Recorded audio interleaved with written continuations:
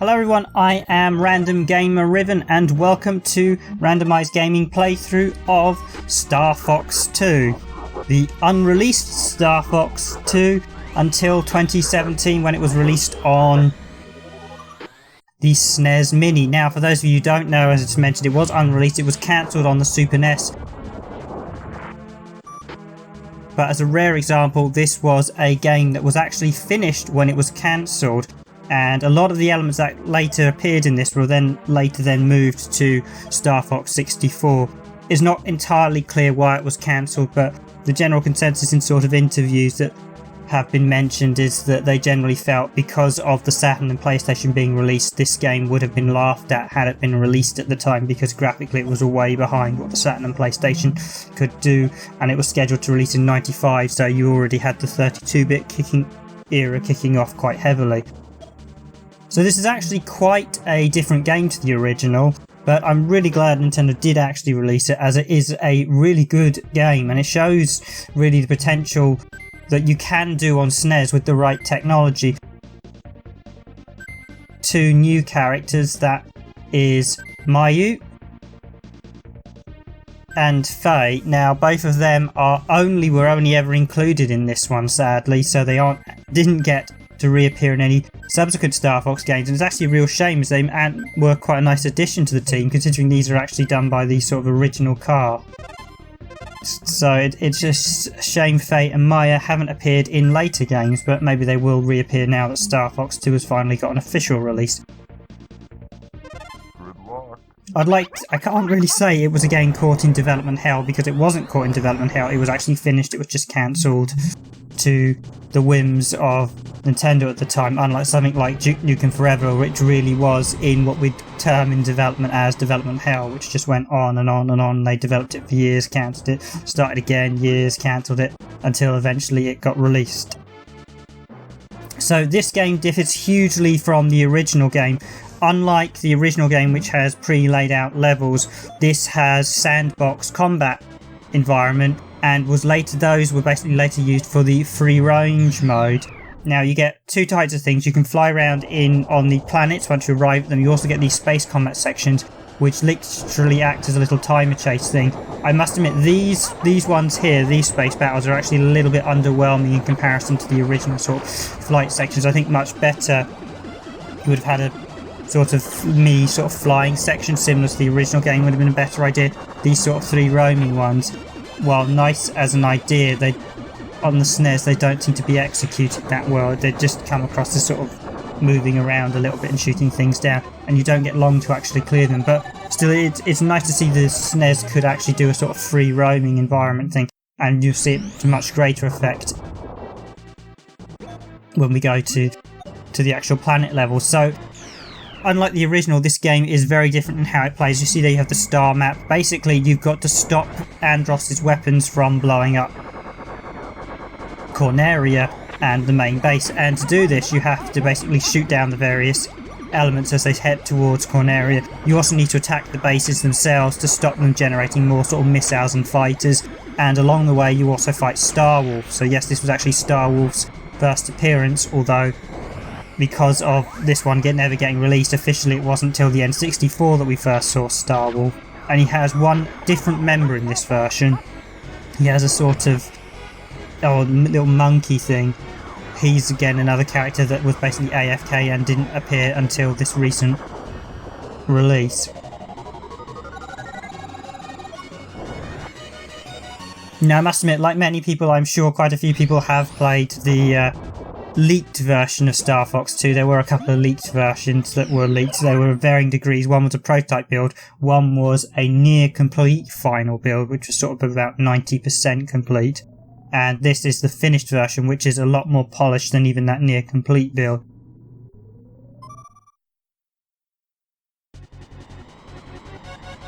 And I must admit, stuff like this, as you see, you're flying towards the capital cruisers, this stuff's really, really good in these. And I really enjoyed Star Fox 2. It's a very good game. Admittedly, I don't think it's quite got the length of the first game. It has the replay value. In fact, the game encourages to replay it in order to collect the General Pepper coins, as if you want to see everything the game has to offer. There's actually quite a few secrets in this, which is quite interesting. And a lot of those secrets revolve around hidden weapons and bonuses you can unlock. But in order to do that, you have to get all the General Pepper coins, and they're situated in easy, normal and expert. And as you saw on the title screen, expert itself is actually locked out until you finish a few. I think you need to finish normal and hard. I might not be correct there, as I've only actually played through normal, but there are quite a few nice little secrets. So it was really nice to see this, certainly for a 95 game. We started to see the extras being added in. It's a very nice game in terms of replay, but in terms of basic length, it's quite short, because the basic game, you only have to blow up. Easy one, you have to blow up like 2 planets. I think the hard version is 3, and the expert version is about 4 planets. Andros captures, and you've got to take over.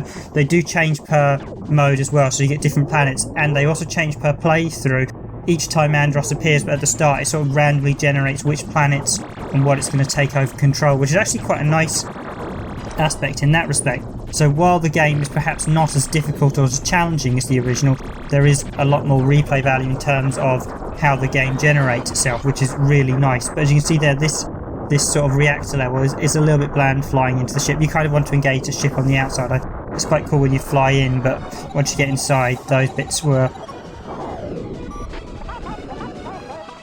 not perhaps as interesting as they should be. So that's the first destroyer down. So next I think I'm going to head to one of the planets, if I remember when I did this video.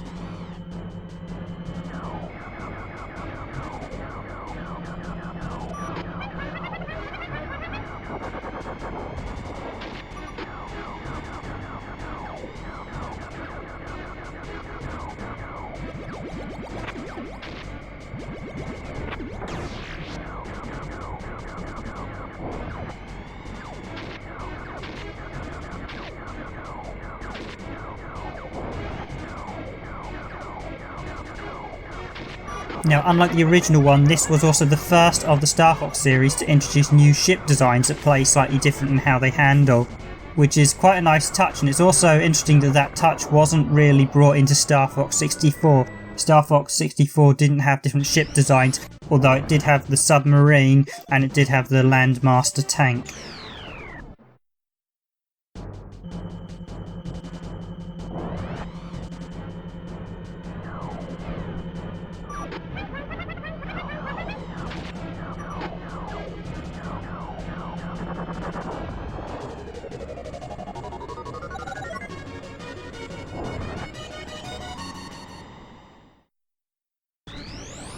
Now, sadly, Nintendo haven't actually as yet released an official SNES build of Star Fox 2, so if you want to play it, you do need to pick up a SNES Mini. In fact, I think it was primarily done as a selling point for the SNES Mini, which was quite a nice thing because you did get Star Fox and Star Fox 2, and of course Star Fox 2 was exclusive to the SNES Mini, and Star Fox 1 hadn't been released on anything else at the time of me recording it. It basically never been re-released until the SNES Mini. So here's Leon of the Star Wolf team. I'm sure most of you are familiar with Star Wolf, but this is Leon, and this is also, as I said, his first appearance, despite the fact we never got to originally see his first appearance in-game.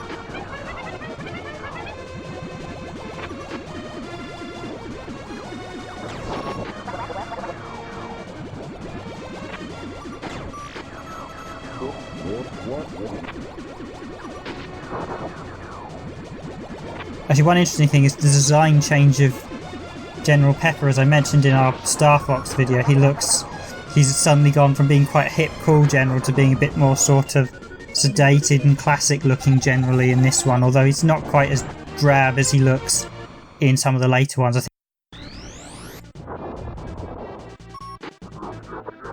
Andros is also a bit more colourful with the cybernetic face in this one. I think Andros looks a bit more cuddly in this one than he did in he also looks much more like an ape that he was supposed to be. In the original he looked a bit more human, but in this one he looks more like an ape.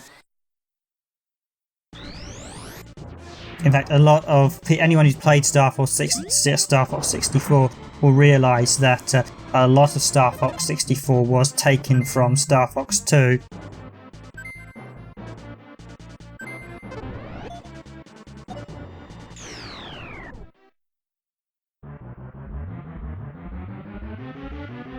So this is one of the bosses, the Mirage Dragon. As you see, this is the title sort of enemy you see in the opening intro, so it's the sort of menacing dragon that tears apart all the ships. The bosses in this are actually not actually that hard, I have to admit. I was able to beat them very easily without much challenge. It's in quite contrast to the original, which I felt was a much more difficult game actually.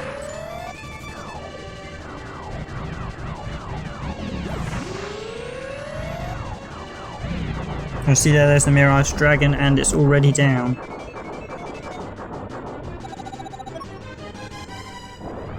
I think one of the more interesting things going forward is whether we will see elements of Star Fox 2, as it's now been officially released, appear later on. So whether we'll see Mayu and Faye appear in another Star Fox game and some of the other sort of elements. Some elements of this also appeared in the DS version as well, which used a similar design. The DS version wasn't perhaps the best Star Fox game, but it wasn't bad. It was still kept its roots to the series.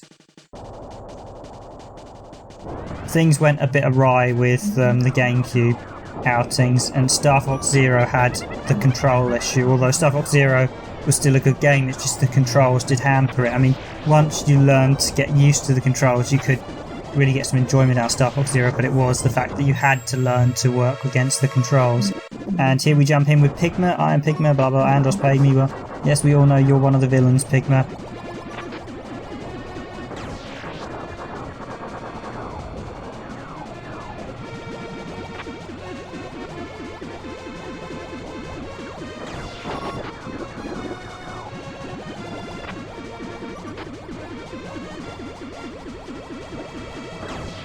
Literally, the Star Wolf team are literally fodder in this one. They don't take much to take down.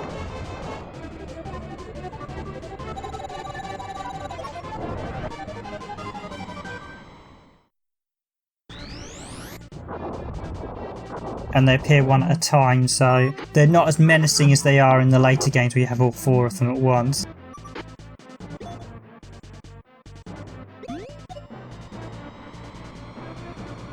Here we go to Titania. And this is the first planet. So the planets have a slight sort of puzzle thing. You have to press switches to open up the base, and you have to go in, beat the boss and destroy the reactor.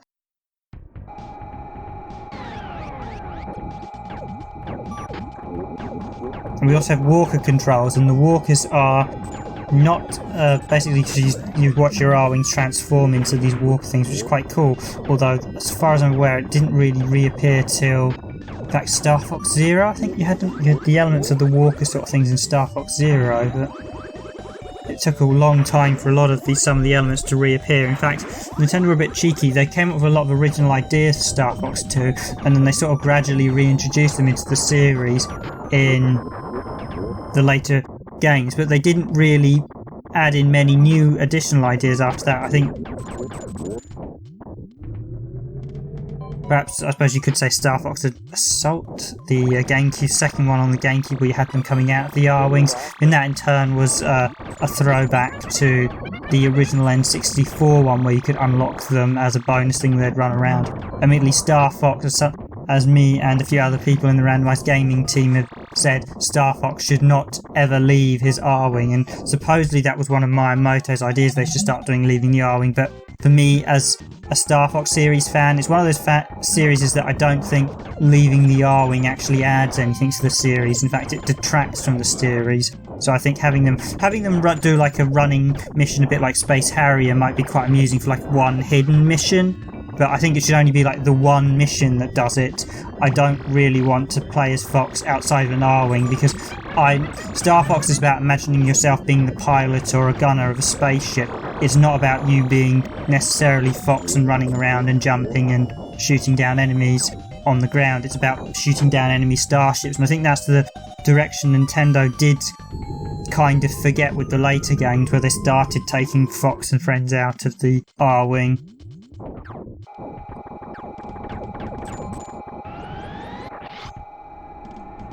Whereas this second sequel here still maintains a lot of the elements of the first game, so you're still always in the vehicles, and you've got more transformative vehicles and a lot of extras over the original.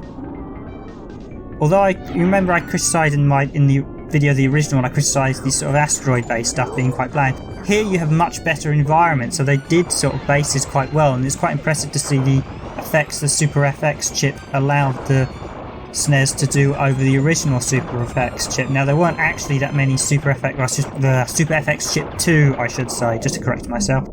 There weren't actually that many Super FX chip 2 games, but the ones that were certainly added in some features that you couldn't see in the Super FX 1, and it's nice to see this kind of tech towards the end. Admittedly, it said it wasn't used primarily because the SNES was becoming heavily outdated by about this point. The tech jump in the 90s was incredibly pronounced, and certainly between just when the SNES released and by about 92, 93 you had quite a leap in technology. By about 94, 95 the SNES really was being left behind.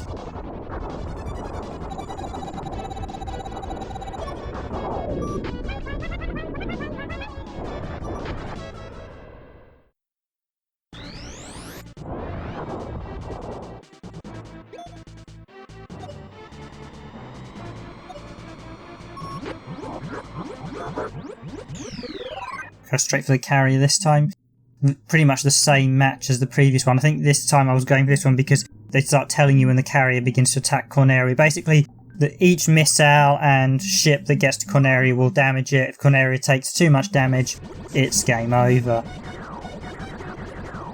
Now this one's actually, you can tell it's near Corneria because it's actually got its gun out and it's about to fire, so there is a slight sort of menacing element that if you take too long, the Corneria will take damage. It's actually quite nice as well to actually see that the big ship has the gun out ready to fire. There's an element of dramaticism with it, and it's quite nice to see the SNES did that element of showing you that it's about to prep and fire, which is quite nice because a lot of games wouldn't have those type of subtlety changes between the different states of what ship is in, whereas here you do get that. You can see the cannons charging and you've got to stop it ASAP.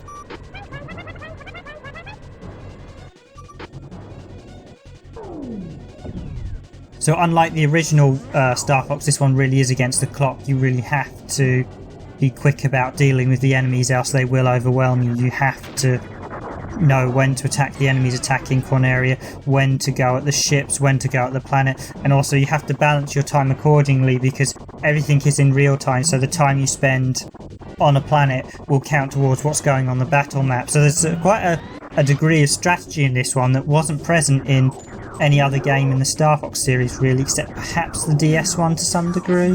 See there, Corneria, we've been hit by a planetary missile, so that's the thing, that everything's occurring real time, which is a really nice touch that you can't necessarily stop Corneria taking damage. You've just got to do your best to reduce the amount of damage Corneria takes.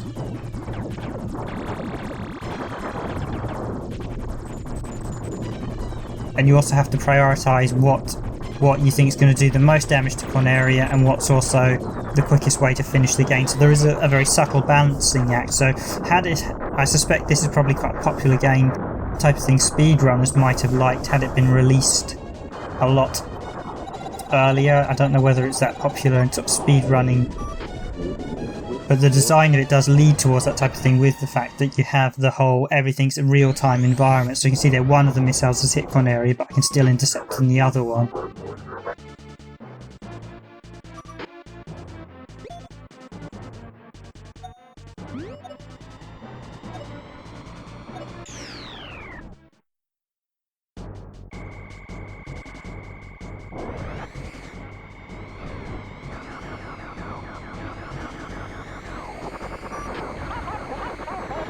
Again, as I mentioned in my Star Fox video, and I probably should have clarified my point a bit more, I said about the enemies looking similar to animals. They do, they also look very similar in terms to insects and butterflies, a lot of the enemy ships, and that was, as I sort of mentioned in the Star Fox video, where I felt that a lot of the enemy ships were designed on sort of insects, butterflies in the original game, but looked a lot more mechanical and sort of mechanoid in the later games. So one of the cool features is you can actually use the Star Fox sort of command unit. It's not quite the Grey Fox, but it obviously got turned into the Great Fox for the later games, and basically you can use it to warp around into the objectives. So here we go with the next sort of planetary mission.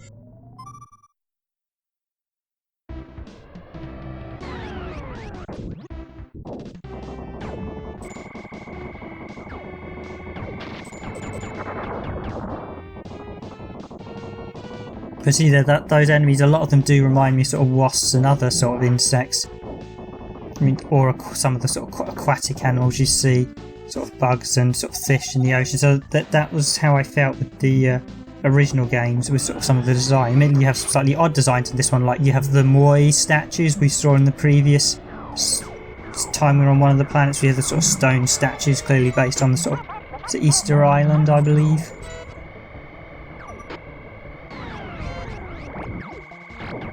One of the key differences you can see here with the original game is you have a lot more textured objects. So you've got that mushroom, it basically looks like it's got textures on it, which is visually a lot more impressive than the original game. Because the original game didn't have much texturing at all. Everything was very much just bland. It was just colours and just shades, whereas here you have a lot more textures on everything.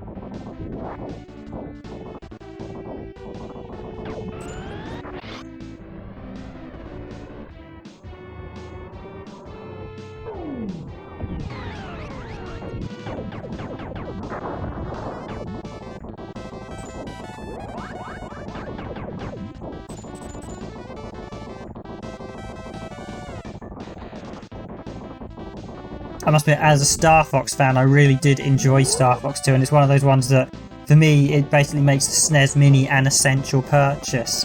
Merely there is the sense of nostalgia, and I realise some people are going to look at this, certainly if you've grown up with sort of like, because we've now got kids who can grown up with the sort of PlayStation Saturn, even the PS2, and even the 360. I mean, the 360 is 10 years old, so in theory you could have been 10 when you got your 360, in fact over 10 years old, and then you suddenly, so looking at a game like this, you might think that this looks really, really dated and old.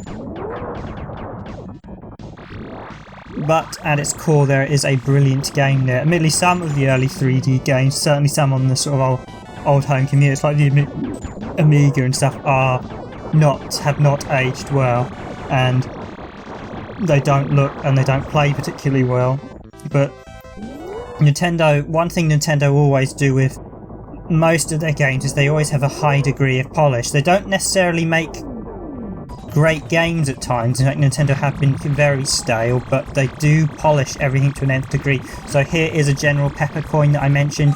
If you want to unlock everything in the game, you need to get all of them, and they are all situated on particular planets. So you won't be able to get like all the difficulties. So you can't get all general pepper coins on one run, as you have to do all the difficulties, and you have to do each of the different planets on each of the different difficulties to unlock them all, so that's quite time consuming.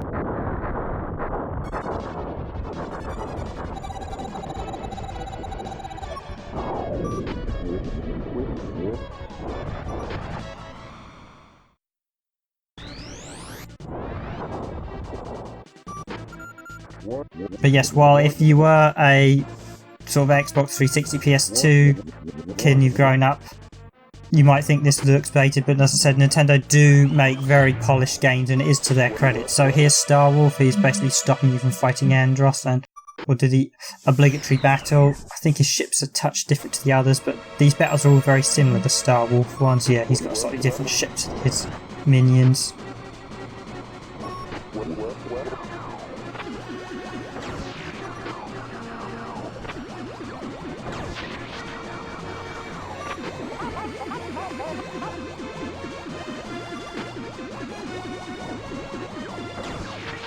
But yes, as I was discussing a little bit earlier, it is kudos to Nintendo for producing very polished games. Admittedly, they don't always make great games. They do produce very polished ones, but even I can see a few of the Zelda games where they're a very polished product, not necessarily that good a game. Same with one or two of the Marios, polished product, not necessarily that good a game.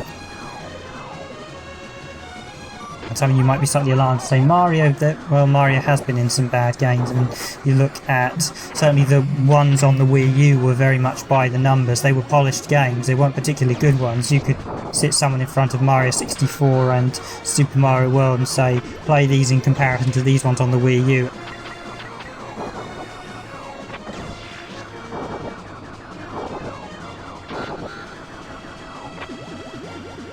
But basically the ones on the SNES, you play them in comparison to some of the new Super Mario Brothers like they did for the Wii and stuff. The SNES ones are 100 times better. They've got more original ideas, they did things a bit more interestingly. The later ones are too much by the number sequels and don't inject enough original ideas into the franchise. And Nintendo could put a lot more original ideas into franchises that would benefit the series and add to the lore, add to the environments. Even Star Fox, they have, certainly the Wii U one did fall back a lot on the Star Fox series strengths of existing things, and they didn't push the boat out as much as they should do. And there's Star Wolf making a run for it. You'll notice he does make a quote about "Today I lose, but I will come back." So it obviously implies you'll be fighting him a lot more, and we certainly have over the years. In fact, he even helped you out in the last one on GameCube. So here we go for Andros, the final battle.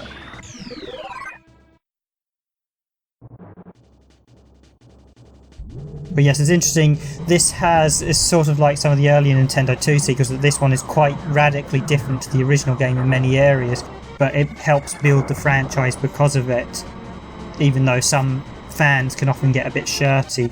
Whereas Zelda, which followed the formula too much, has become a very stale franchise. Breath of the Wild had some really nice original ideas, but it was very poorly executed, which was quite surprising for a Nintendo game. You had just repeats of everything. You had a lot of bland environments in Breath of the Wild, which suffered a lot, and that's kind of shows a lack of original ideas with Nintendo. They should have done more originality in Breath of the Wild. Instead, they did a load of they did some original stuff, and then they just sort of said, "Oh, we don't know what to do now, so we'll just package it with the same stuff over and over again." And don't even get me started on the sheer number of shrines in that game that just literally fight this monster, get your reward, fight this monster. It's so repetitive. It's incredibly poor games design. It literally is copy paste, and that's the worst thing about Nintendo's recent games. Not something like Star Fox 2 was not copy and paste design. Something like Breath of the Wild is copy paste design, as are some of the newer Mario games. Certainly the new Super Mario's, they're literally copy paste, and that's been one of Nintendo's problems in recent years. Whereas Star Fox 2 is, I mean, this really is just such a worldly put together concept, and they have done their best to break away from the original as much as possible.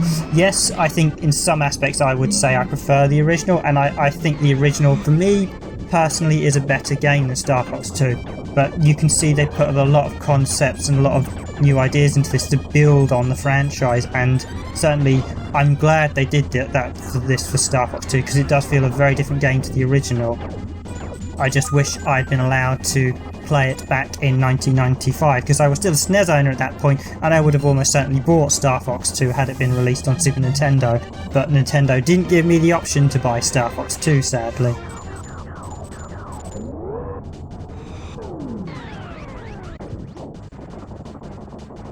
In fact, I do wonder whether Star Fox 2 would have even been released had it not been for the leaking of some of the ROM sets over the years, and all the people basically building up to say, you know, this is Star Fox 2, because I could see Nintendo, I mean, I imagine Nintendo have sat on, and probably still are sitting on, a few games that we probably don't know that much about, and they were actually cancelled or whatnot, and you think, well, actually, Nintendo, just get out and release everything that you finished. If you finished it, release it. So it seems odd that they took so long to release Star Fox 2. I mean, certainly they could have released it on the Wii Virtual Console, although one of the issues has always been, as mentioned, the patents, whether there was a copyright issue with Argonauts, and Nintendo didn't want to pay royalties to Argonauts, which is actually a bit of a detrimental thing to Nintendo. I can't say for certain, but it certainly seems odd that they waited. Apparently the FX chip did expire quite recently, so it seems odd that they didn't pay money towards just to help support well, now formerly gone, but to support the royalty holders of the sort of FX chip, which was, because the FX chip was co-designed with Argonauts. So without Argonauts, the FX chip wouldn't have existed, and we wouldn't have Star Fox, and we wouldn't have Star Fox 2. So they do deserve as big a shout out as Nintendo did for developing this franchise.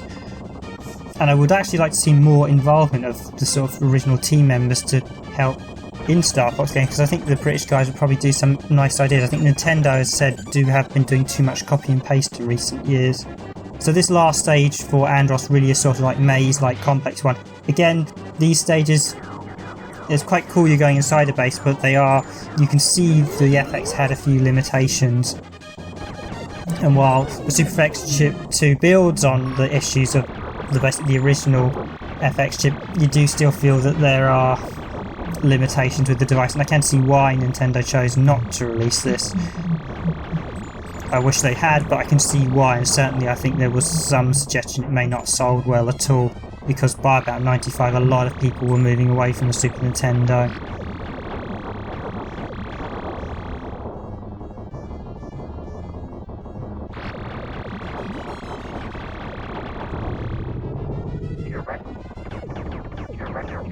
And there we go with the Andros Cube. Again, we battle Andros, it's very similar to how it was in the original game. That sort of his token thing is the giant sort of mask or face of him. Admittedly, in the original game, they obviously didn't fashion the face after Andros itself, probably because of the low polygon count. But in the later ones, of course, he got a giant version of his head.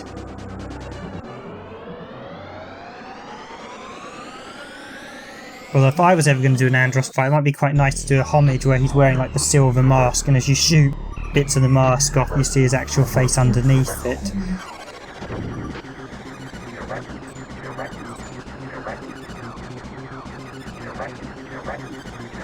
So this is pretty much the same. This time he doesn't suck in. He's probably not as impressive as the original Andros, who sort of sucked in the middle. This one you have to sort of move around, goes invisible, and just shoots fireballs at you, and just got to track where he is.